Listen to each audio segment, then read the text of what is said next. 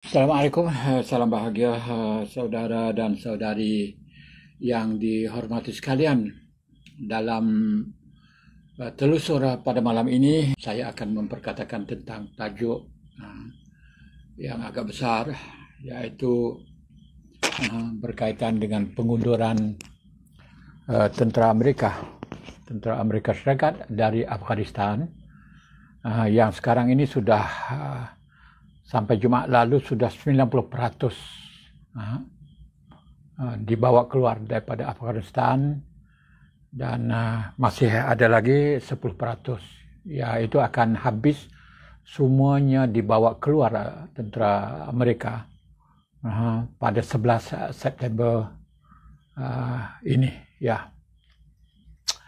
Jadi yang menjadi pertanyaan ramai orang, yaitu apakah Taliban akan kembali berkuasa di Afghanistan, kerana dalam sehari dua ini pun Taliban telah mendapat merampas kembali beberapa kawasan di sebelah utara Afghanistan, kerana tentera Afghanistan sendiri lari daripada kawasan itu dan menyebabkan puak Taliban dapat menguasai beberapa kawasan, 28 kawasan daripada 6 daerah di utara, dan tentera Afghanistan lari ke negeri jiran di Tajikistan, iaitu kerana tidak mahu berlawan dengan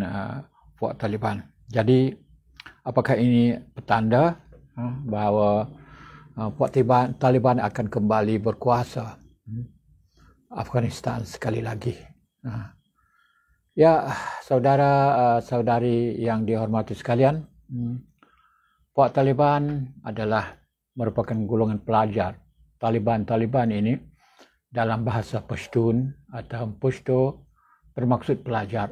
Taliban, iaitu pelajar.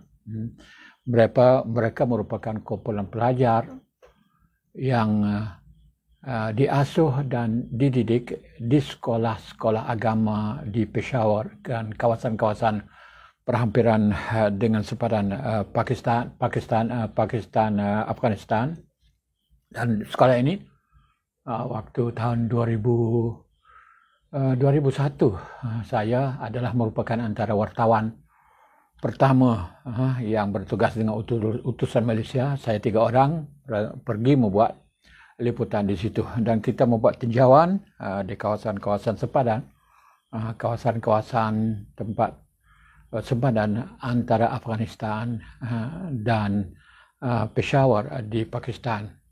Dan memang sejak daripada awal lagi saya faham tentang pembentukan sekolah itu dari mana adalah merupakan sekolah-sekolah yang dibiayai oleh Arab Saudi dan negara Islam yang lain. Tujuannya adalah untuk mendidik anak-anak itu supaya menjadi mujahidin, orang yang berperang untuk nak menentang perang campur tangan ataupun boleh dikatakan mana untuk nak menolong kerajaan pemerintahan komunis di Afghanistan, Babrak Karmal, Presiden Babrak Karmal pada tahun. Jadi Soviet Union pada itu bantu Babrak Karmal pada tahun 1978. Waktu itu, kalau tak silap lah gitulah, 78. Kemudian apabila selepas itu berlaku pula Revolusi Islam Iran pada tahun 1979. Jadi bertemu gitu. Jadi pihak Barat berusaha untuk nak mencari jalan macam mana untuk nak melawan komunis di Afghanistan atau nak melawan Babrak Karmal yang dibantu oleh tentera Soviet Union pada waktu itu. Maka mereka mencari jalan, tidak ada jalan lain. Ini mengikut cadangan pihak Amerika Tidak ada carangan yang lain untuk nak memerangi komunis, ya, kecuali memberi sokongan kepada orang Islam supaya membentukkan perjuangan mujahidin di Afghanistan. Ya, itu pertama. Sebenarnya saranan ini diguna banyak tempat. Diguna juga di Kamboja waktu komunis. Ya. Pol Pot semua pada dulu juga mau mengguna, ada orang Amerika, kalau tak silap wartawan mencadangkan Amerika supaya juga mengguna orang Islam di Vietnam, di Kamboja itu supaya menjadi pejuang. Jangan biar mereka itu dibunuh oleh Khmer Rouge, Pol Pot, Khieu Samphan dan lain-lain. Ya. Tapi tidak digunakan di Khmer Rouge di Kamboja, tapi digunakan di Afghanistan dan berjaya menggembleng negara-negara Islam supaya membantu atas nama perjuangan Islam, atas nama jihad. Itu kali pertama, mungkin dianggap kali pertama lah Amerika bersama jihad orang Islam untuk nak menghalau tentera komunis. Amerika bukan nak bantu orang Islam, Amerika bukan nak bantu orang berjihad, tapi adalah kepentingannya di Asia Barat dan di Afghanistan itu sendiri.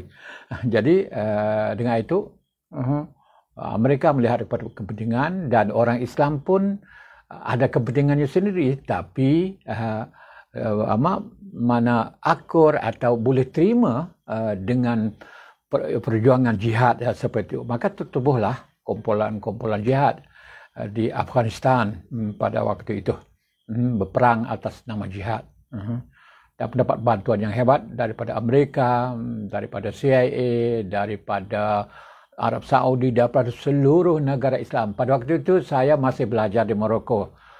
Sedang belajar master di Morocco pada waktu itu. Saya juga terlibat dalam menyediakan bahan-bahan untuk majalah Rabitah Jamiatul Islamiyah, termasuk membuat cadangan-cadangan tajuk yang pada tulis. Kami kira bincang pada waktu itu. Jadi media Arab, semua media Arab pasti bercakap tentang jihad, sokong jihad. Ya, kita lihat bahasa semua pada waktu itu, bukan di Morocco saja, di mana seluruh negara bercakap tentang jihad itu. Okey, buntis kat tu. Dan ini yang menyebabkan putra Salman, putra Muhammad bin Salman, bukan putra, ya, ini bukan Amir Salman, bukan Malik Salman, tapi putra Ahmad Salman mengatakan bahawa Wahabi yang muncul sebagai pergerakan jihad dengan segala bentuk yang ada sekarang ini dibuat adalah dengan arahan Amerika untuk tujuan berperang di Afghanistan. Jadi putra Muhammad bin Salman jadi membuat menganggap begitu. Jadi mengatakan bahawa Amerika lah yang bertanggungjawab menyebabkan Saudi itu sendiri. Sekarang Saudi pada zaman Malik Salman sekarang ini ada berusaha untuk nak menjauhkan daripada Wahabi, ya. Ditangkap orang-orang tertentu, ulama-ulama begitu ramai sekali yang ditangkap oleh dia. Jadi anak kepada Raja Salman ini, iaitu Muhammad bin Salman, bukan menuduh tapi mempertanggungjawabkan Amerika sebagai bertanggungjawab, sebab Amerika mempunyai pelaksanaan program untuk nak menentang Soviet, menghalau Soviet dari Afghanistan, pasti mengguna orang Islam, pasti mengguna jihad, dan disinilah maka munculnya mana diberi semangat lebih banyak, lebih dengan bantuan dan segalanya kepada puak Wahabi supaya menjadi mujahidin, supaya menjadi pejuang di Afghanistan. Jadi ini Ini yang Putra Salman buat dalam satu wawancara, mengatakan Amerika lah yang bertanggungjawab dalam begitu. Tapi kita ada pandangan lain lagi. Sebenarnya kebangkitan Wahabi di Saudi, walau dulu pun mereka memanglah mazhab Wahabi itulah yang ada di Saudi, yang diamal di Saudi, tapi tidaklah begitu lantang, tidaklah begitu nampak seperti dengan sejak 40 tahun lalu. Jadi bukan saja, ini nak beritahu, bukan saja kerana macam mana, suara ada tak? Okey, itu saya tak cakap tentang Wahabi mana Malaysia tak Malaysia.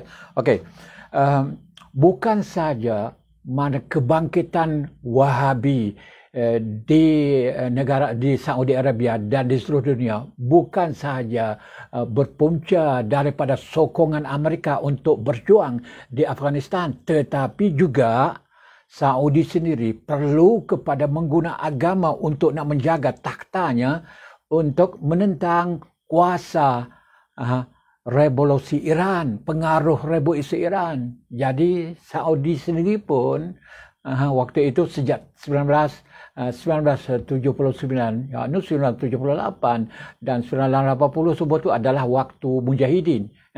Tapi ada satu lagi bahaya yang lebih berbahaya daripada pergerakan jihad di Afghanistan adalah Nahdah Ad-Diniyah, itu kebangkitan agama yang dicetus oleh perjuangan orang Iran melalui revolusi Iran pada 1979. Itu merupakan faktor kedua yang menyebabkan Saudi terpaksa menggunakan agama, dan dalam konteks Saudi adalah puak Salafi Wahabi. Diberi sokongan dengan sehebat-hebatnya sejak lebih dari 40 tahun. Diberi sokongan, bantuan, macam-macam. Kerana untuk nak berhadapan dengan revolusi Iran, pengaruh revolusi Iran, sehingga mereka menggunakan perang.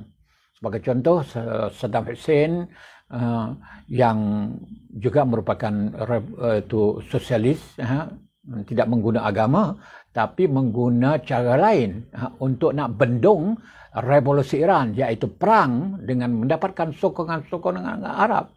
Jadi ada negara yang bergerak ke arah memperkasakan agama dalam negara masing-masing untuk berhadapan dengan revolusi Iran.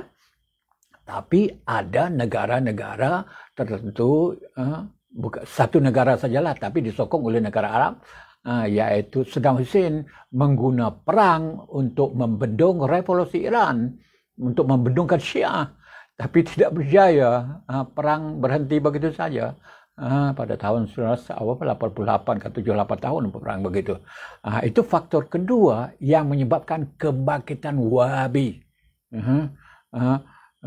Dan kebangkitan ketiga pula, itu faktor ketiga pula yang menyebabkan Saudi terpaksa menggunakan Wahabi untuk memperkukuhkan kedudukan kerajaan Saudi kerana bimbang kepada pergerakan Ikhwan Muslimin yang terbangkit disebabkan oleh tiupan revolusi Iran, di mana Ikhwan Muslimin mendapat tempat di seluruh dunia, bukan sahaja di Mesir, bukan sahaja di mana-mana negara Islam, tapi di Arab Saudi, di kalangan ahli akademik, semualah ada masyarakat juga berlaku kebangkitan yang terang di kalangan mereka. Pengaruh mereka sangat kuat. Dengan itu Saudi mengambil puak Wahabi ini sebagai alat untuk berperang dengan Wahabi, dengan Ikhwan Muslimin di Saudi Arabia.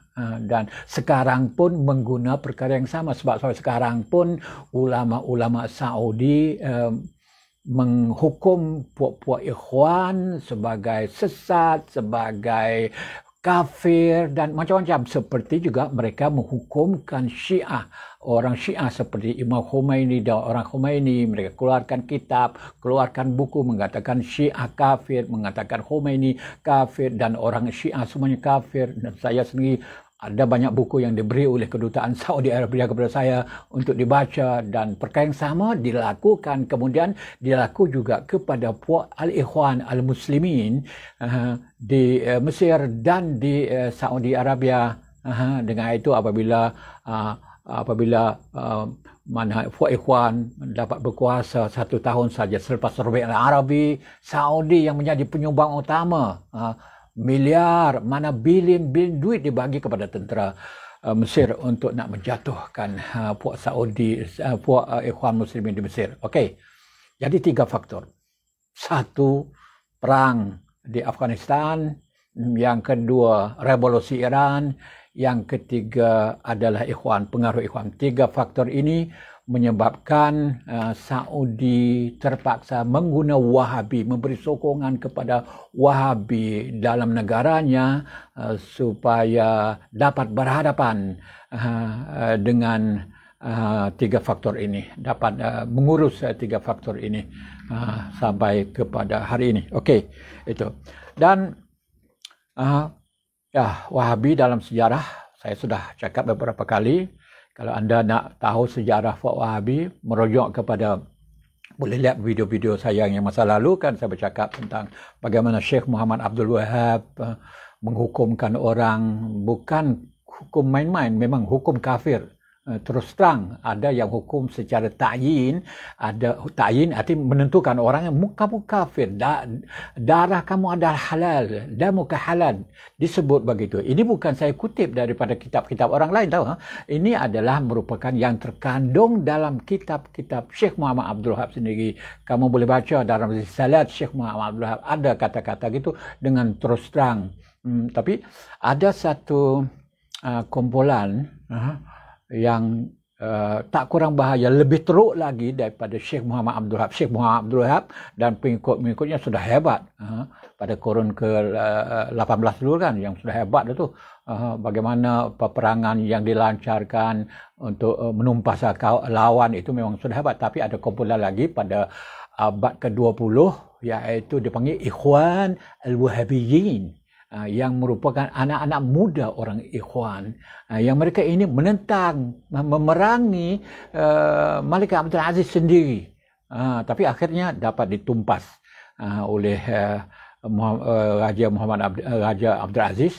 Akhirnya dibunuh dan setengah-setengah mereka telah dihalau, dan macam-macam cara lah dibuat oleh Malik Abdul Aziz pada abad ke-20, daripada abad ke-18, 18 sampai ke abad 20. Itu boleh dikatakan bahaya kedua. Yang itu. Okey, sebelum saya nak pergi kepada Taliban ni, saya nak cerita sikit, supaya dapat pandangan yang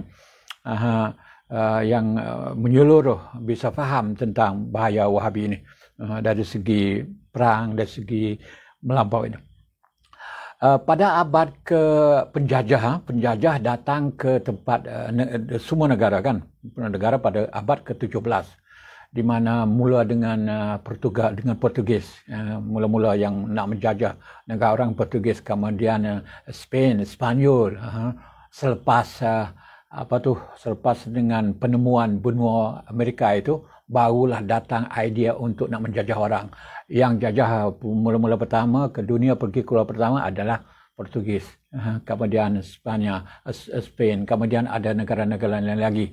Jadi sejak daripada kurun 17 gitulah melebar pergi. Dan pada kurun ke-18 itu adalah kurun yang mula negara-negara nak bebas daripada penjajah. Penjajah Amerika pun begitu juga pada waktu itu juga nak bebas daripada Inggris, dan di negara Arab, di Afrika, di Asia itu, di Timur Tengah pun pada waktu itu sedang berusaha untuk nak berhadapan Mesir, nak berhadapan dengan penjajah Inggris, penjajah nak berhadapan dengan penjajah Perancis. Tetapi ada segolongan manusia, iaitu golongan Wahabi ini, bekerja sama dengan penjajah untuk nak menjatuhkan negara Islam, untuk nak menjatuhkan kerajaan Islam, untuk nak menjatuhkan kerajaan Turki. Ini yang jadi kita harus kaji, cuba kaji. Waktu Mesir dan lain duk berusaha untuk nak berhadapan dengan English, berhadapan dengan penjajah Inggris, tetapi Wahabi ini bekerjasama dengan Inggris untuk nak menjatuhkan orang Islam. Ini adalah satu faktor yang semua kita mana jarang untuk nak mengambil tahu tentang perkara ini. Ya, okey, kita pergi kepada puak-puak kumpulan yang keluar daripada perut, yang keluar daripada puak-puak Salafi Wahabi ini. Pertama adalah yang saya sebut tadi, Al-Ikhwan Al-Muwahhidun, yang merupakan pemuda-pemuda di kalangan pengikut Wahabi pada kurun ke-20 yang menjadi pengikut penubuh negara Saudi ketiga. Negara Saudi 3 kali ditubuh. Tubuh kali pertama jatuh, tubuh kedua jatuh, tubuh kali ketiga sekarang ini pada tahun 19 berapa saya tak ingat, tapi abad ke-20 inilah ini berjaya, dan pada waktu ini terdapat kumpulan anak-anak muda Wahabi Salafi ini dipanggil Ikhwan. Mereka ini memang berani berperang. Memang pandai berperang dan suka berperang karena mereka menjadi pemuda di kalangan pemuda orang Badui, orang yang memang tidak ada pemikiran hal untuk nak maju, itu tak ada. Mereka lihat segala perkaranya dari sudut perkara ini, masalah peralatan perang daripada barat pun tak boleh, kerana ini adalah bid'ah. Dan ini juga ini di antara bidang yang dilaksanakan, mana digunakan bid'ah itu sebagai alat untuk nak memerangi. Tapi kali ini memerangi kumpulannya sendiri sebab dianggap sebagai bid'ah kerana Raja Saudi Malik Ibn Aziz pada itu bekerjasama dengan berjajah dengan Inggris, ya, mengambil peralatan daripada Inggris. Semua ini perkara ini tak boleh. Kerjasama dengan orang kafir bagi mereka adalah tak boleh, haram. Kalau nak ikut fatwa Syekh Muhammad Abdul Wahab sendiri, bukan saja kerjasama tapi kena mengkafirkan orang musyrikin. Man lam yukaffir musyrikin, mana terima gitulah. Saya kata-kata nanti saya nak cari dia kata-kata dia, yang dia sebut, Syekh Muhammad Abdul Wahab sebut, dia kata man lam yukaffir al musyrikin au syakka fi kufrihim au sahah mazahum kufran jami'an. Sesiapa yang tidak mengkafirkan orang musyrik atau mengesyaki kekufuran mereka atau mengesahkan mazhab mereka, sahah mazhabuhum, dia adalah kafir secara ijma'. Ini kata-kata Syekh Muhammad Abdul Wahab. Jadi tak usah kerjasama. Itu orang kafir, tak boleh kerjasama. Mereka orang kafir, malah pasti mengkafirkan mereka. Jadi orang kafir itu kalau mengikut pandangan Syekh Muhammad Abdul Wahab, orang kafir kita kena takfirkan mereka. Kena menganggapkan mereka kafir. Mana takfir itu pengkafiran. Kena mengkafirkan mereka. Kalau tidak mengkafirkan mereka dan menganggap akidah mereka itu sahih, betul, maka kita adalah kafir. Itu pandangan Syekh Muhammad Wahab dan dipegang oleh anak murid pengikutnya, termasuk mereka ini, iaitu Al-Ikhwan Al-Muwahhidun. Mereka ini berpegang dengan pegangan itu dan akhirnya mereka menentang kerajaan Saudi sendiri, iaitu Raja Abdul Aziz itu sendiri. Sebab akhirnya terpaksa Raja Abdul Aziz itu menggunakan pelbagai cara untuk berperang dengan mereka sampai habis. Tetapi golongan melampau di kalangan Wahabi itu tidak habis, selalu muncul dalam macam-macam bentuk, tapi berjaya ditumpas dan ditumbang, dihapus oleh Arab Saudi, dibunuh tak kira dalam tentera apapun, di kalangan cerdik pandai pun di Saudi dibunuh. Bagaimanapun dalam konteks untuk nak guna mereka dalam perang, diguna mereka pula seperti untuk nak berperang di Arab Saudi, di Afghanistan, untuk nak menentang kerajaan Babrak Karmal yang komunis, yang dibantu oleh komunis Soviet Union pada waktu itu. Mereka guna puak ini pula. Ini waktu ini. Waktu pada tahun lebih kurang 1978, 1979, 1980 dan sampai jatuh kerajaan itu. Dan di sini muncul kemudian golongan yang diberi pertolongan oleh Saudi Arabia, termasuk Usama bin Laden. Usama bin Laden adalah anak orang kaya, orang yang betul-betul berniat untuk nak berjuang dan percaya seperti akidah yang diajar dalam Wahabi, dalam Salafi. Dia pergi berperang, dan orang lain lagi lah, bukan Ayman Zawahiri daripada Mesir dan beberapa orang lagi yang menjadi pemimpin, pergi ke Pakistan, duduk di Peshawar, dan menolong puak Pakistan dari segi keuangan, dari segi segala-galanya, senjata Amerika bagi, bantuan keuangan Saudi bagi, dan negara-negara Islam bagi, serta melatihkan orang itu untuk nak menjadikan mujahidin, dibawa ke perang di Afghanistan pada waktu itu, pada tahun 1980, 1981 gitu. Tapi apabila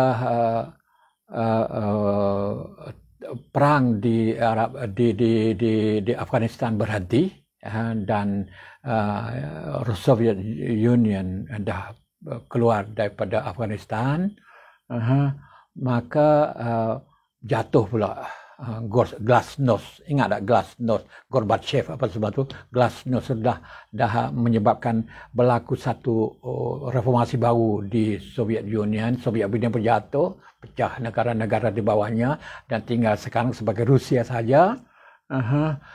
Dan dianggap sebagai kemenangan bagi orang Islam. Kemenangan besar bagi orang Islam. Tapi ada beberapa masalah muncul di sini, iaitu orang Saudi dan orang Arab dan orang Islam yang datang daripada negara-negara masing-masing yang pergi berjuang di Afghanistan dulu, apabila mereka sudah pandai berperang, pandai memikul senjata dan menjadi orang hebat seperti Usama bin Laden, seperti Ayman Zawahiri dan lain-lain lagi, banyak lagi, tidak dapat nak balik ke kampung masing-masing. Usama bin Laden balik ke Saudi, kemudian tidak boleh duduk sebab diganggu oleh kerajaan Saudi. Kerajaan Saudi takut, walaupun ini adalah pejuang yang dihantar oleh Saudi Arabia, tapi Saudi takut. Akhirnya terpaksa lari pergi ke Sudan, kemudian daripada Sudan pergi ke Pakistan. Kemudian berlaku pula serangan terhadap Twin Tower dulu, yang di Amerika tu, dan menyebabkan mana bin Laden tidak boleh duduk di mana-mana, pakai jari, terpaksa duduk di Tora Bora. Waktu kami pergi pun kami duduk cari tapi tidak boleh jumpa. Waktu saya pergi ke sana pada 2000 selepas berlakunya bom kapal terbang Twin Tower tu kan. Mana saya pergi untuk waktu membutuhkan utusan, tapi waktu itu Amerika sudah untuk nak berperang. Tapi cokotnya saya nak beritahu begini. Jadi semua pejuang-pejuang itu tak dapat nak balik. Usama bin Laden tak dapat balik. Orang lain pun, Ayman Zawahiri tak dapat nak balik Mesir, dan ramai lagi tak Mesir. Kalau masuk melalui sempadan, pihak tentera kerajaan sendiri akan bunuh, membuat penyanyaan pada mereka. Padahal mereka dulu datang atas nama pejuang, dihantar oleh kerajaan sendiri atau pergi dengan sendiri, tapi dengan duit segalanya. Waktu duduk di Afghanistan, waktu duduk di Peshawar, mereka dapat segala-galanya kemudahan daripada negara masing-masing. Tapi apabila tamat perang, mereka tidak boleh balik. Di sini muncul orang yang berjuang untuk nak menentang kerajaan masing-masing. Timbul Al-Qaeda, timbul macam-macam kumpulan. Dan pada waktu itu pula puak mujahidin yang di Afghanistan sini itu ada kumpulan Golbuddin Hikmakhtiar, ada kumpulan Burhanuddin, ada macam-macam kumpulan yang hebat-hebat dulu. Kumpulan mujahidin berperang sama sendiri. Selepas tidak ada tentera Soviet, mereka pula berperang sesama sendiri, berperang sesama mereka. Dan saya pun rasa, Allah, kenapa sekarang ini biarkan Amerika membiarkan orang Afghanistan berperang di Afghanistan sesama sendiri. Waktu itu saya sudah jadi wartawan. Saya tanya-tanya, kenapa membiarkan? Kenapa negara Islam pun tidak menolong menyelesaikan masalah? Muktamar apa pun tidak diadakan. Saya bertanya-tanya, memang itu perkara yang betul-betul menyebabkan saya mana kecewa. Mereka digunakan untuk membantu Amerika untuk nak membantu supaya nak menumpaskan komunis, tapi apabila sudah berjaya menumpaskan komunis, dibiarkan mereka bertempur berperang sesama sendiri. Akhirnya muncul kumpulan yang dapat mengalahkan puak-puak mujahidin yang bertengkar, berbalah, berperang sesama sendiri. Siapa mereka? Adalah anak-anak murid. Mereka ini adalah anak-anak murid atau pelajar yang berpendidikan di sekolah-sekolah biayaan Saudi, ajaran Wahabi, Salafi Wahabi di Peshawar, di Pakistan. Di sekolah-sekolah di situ. Dan di sini ada orang Malaysia, beratus-ratus orang Malaysia belajar, tapi mereka tidaklah berfikiran seperti dengan puak Taliban. Orang petani pun ramai yang belajar, beratus-ratus juga orang petani yang belajar di situ. Mereka balik, saya pun dah berjumpa dengan mereka, tapi mereka tidaklah berfikiran macam puak Taliban. Berfikiran perjuangan itu adalah, tapi tidak berfikiran macam Taliban. Jadi Taliban muncul, kemudian berjaya mendirikan negara selama 5 tahun. Masa 5 tahun. Dan pada 2001 saya pergi ke Peshawar, pergi ke Pakistan. Pergi Pakistan dengan 2 orang wartawan lagi, utusan. Pergi membuat liputan sana. Pergi berjumpa dengan puak Taliban yang ada di Pakistan, yang ada di Peshawar. Pergi berjumpa dengan puak-puak lain untuk nak menulis, buat laporan kepada utusan pada waktu itu. Jadi apa yang saya nak beritahu di sini, kalaulah Taliban ini kembali kepada Afghanistan sekarang ini, sekarang mereka ada perbincangan, ada rundingan dengan Amerika sebelum nak keluar, sebelum nak mengundur. Sebenarnya sudah berunding dah beberapa kali, berpuluh-puluh kali dah, sehingga sampai ke satu persetujuan menyebabkan Amerika pasti keluar. Dan puak Taliban pun akan adalah janji-janji dia. Tapi sekarang ini puak Taliban ini bukan satu kumpulan. Ada kumpulan yang sudah berubah, ada kumpulan-kumpulan lain. Puak Taliban ini nama saja Taliban, tapi kepala masing-masing. Ada kepala masing-masing kepala yang mungkin di mana-mana pun ada macam ni. Yang setuju duduk di atas meja, yang tidak setuju di atas meja main di luar, dan mereka mungkin maklumat tidak sampai lagi kepada mereka atau kepentingan tidak sampai kepada mereka. Maka mereka ini mungkin masih menentang, dan mereka ini mungkin yang membuat kenyataan, malah yang menyerang kawasan-kawasan yang di bawah kerajaan sekarang ini, termasuk beberapa wilayah, beberapa daerah sekarang ini. Kalau 2 hari lepas, kalau 28 daerah kerajaan Afghanistan ini dirampas, ditakluk oleh tentera Taliban, dan tentera kerajaan Afghanistan lari tidak ada perang. Ya, tidak ada faedah berperang sesama sendiri. Ya, tidak masuk akal, tidak bagus sebab mana perang di Afghanistan bagi saya, perang di Afghanistan adalah perang yang buat-buatan, dijadikan perang dan diambil orang Islam, diperalatkan. Ya, baguslah kita dapat menghalau komunis, apa itu bagus, tetapi pada yang itu sama, tak bagusnya orang Islam itu berperang sesama sendiri pula, dan ini tak cukup menjadi alat orang, kemudian perang sesama sendiri pula. Dengan itu sepatutnya apabila sudah habis komunis, orang Islam berhenti daripada melakukan perkara-perkara yang tidak baik di antara orang Islam, bermusuh sama sendiri, berperang sama sendiri, ya tidak habis-habis sampai sekarang ini. Jadi yang ditakuti puak kerajaan sekarang ini adalah puak Taliban, tak habis-habis. Dan saya fikir perkara ini akan berterusan. Sekarang sudah lebih 40 tahun. 40 tahun perkara itu berlaku dan belum selesai lagi. Belum selesai lagi. Ini tak usah cakap untuk nak membangun. Tak usah cakap untuk nak membangun. Masih jauh. Ini 40 tahun ini masih berperang dalam keadaan perang. Berhenti perang, pembangunan hanya ada sikit-sikit gitu saja. Tidak dapat dilakukan karena masih ada perang sesama sendiri.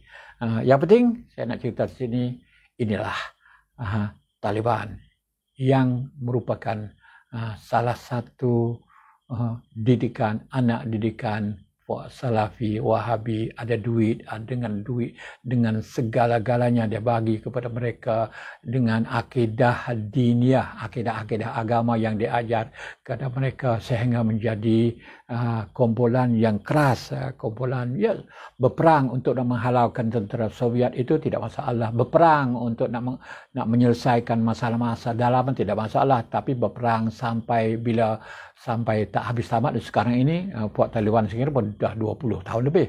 Kalau nak kira daripada perang semua, mereka semua tu dah 40 tahun. Puak Taliban ni sudah 21 kan tak silap. Sama dengan Amerika ni adalah 21 tahun kalau tak silap. Jadi adalah amat merugikan kepada orang Islam di Afghanistan dan di Pakistan, dan semangat kekerasan, semangat kelampauan dalam pemikiran, ekstremis dalam pemikiran masih menyemarak di kalangan orang di Afghanistan, di kalangan orang di Pakistan, dan juga di Saudi Arabia dan di banyak negara, sebab mereka terpengaruh dengan pemikiran satu hala, dengan pemikiran yang keras, pemikiran yang dogmatis, pemikiran yang mutazammit, seperti mana terkandung dalam pemikiran puak Salafi, Wahabi. Jadi tak habis. Jadi sampai bila saya tak dapat nak memberi jawapan. Tapi begitulah, satu babak peperangan panjang di Afghanistan belum tamat. Nanti tengok sampai ke 11 September ini akan jadi macam mana. Apakah akan berperang sekali lagi di mana tentera kerajaan dengan tentera Taliban akan berperang, dan akan ada dalam perang yang baru, bukan perang seperti sekarang.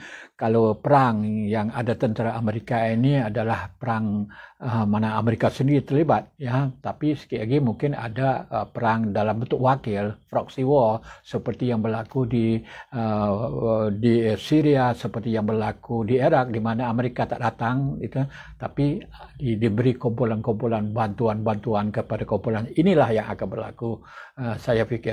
Jadi faktor-faktor yang menyebabkan perang di Afghanistan akan berterusan melalui bantuan, melalui proxy war, melalui perang wakil pada masa akan datang, akan berterusan mungkin lama lagi lah, bertahun-tahun, sehingga kita dapat memajukan pemikiran kita menjadi orang yang terbuka, yang hilang daripada ketaksuban, hilang daripada kefanatikan, hilang daripada ekstremisme, hilang daripada tatarruf dini.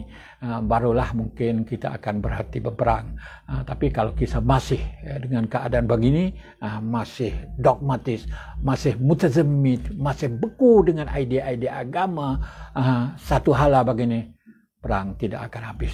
Okey, setakat ini saja saya boleh hurai tentang puak Taliban sekarang ini. Nanti kita tengok selepas 11 September nanti. Sekian wabillahi taufiq. Wassalamualaikum warahmatullahi taala wabarakatuh.